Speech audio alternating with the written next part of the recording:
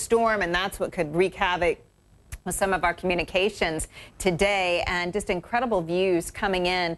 And the Space Weather Protection Center has said that down to around 40 degrees latitude in the northern hemisphere, we should be able to see this as we head into the nighttime hours wherever we live. Same thing, of course, in the southern hemisphere, although that area is just a little bit more skewed over towards Tasmania and New Zealand. But we'll likely see some incredible pictures of the aurora, which we've already seen the past 24 hours. This is coming out of New Hampshire, so the folks in New England able to see that most likely again tonight. And look at these brilliant colors. You have the yellows and the greens, then getting into the blues, and then getting into those very rare reds. And we have a breakdown of what makes those colors. The most common, the green and the yellow, that's when the particles collide with oxygen in the atmosphere.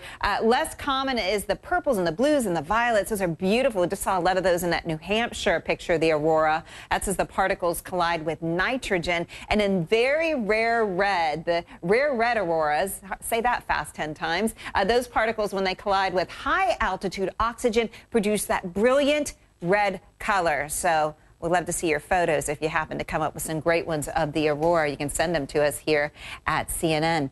Look at what's happening across Pakistan. This is incredible flooding, and Multan is one of the spots we're very concerned about right now because it's downstream of the Halem and the Chenab River, and you can see how these riverbanks have just swollen and overflow. They're overflowing their banks, and it is all moving downstream. There is Multan, and that crest is advancing as we head through this week, and flood warnings are in place here. In fact, we have 5 districts that are at risk, over 12 million people in harm's way. Look at some of the video coming out. This is actually a rescue with the Pakistan Army having to, look at that, it's almost chest deep. I can't imagine the force of that water.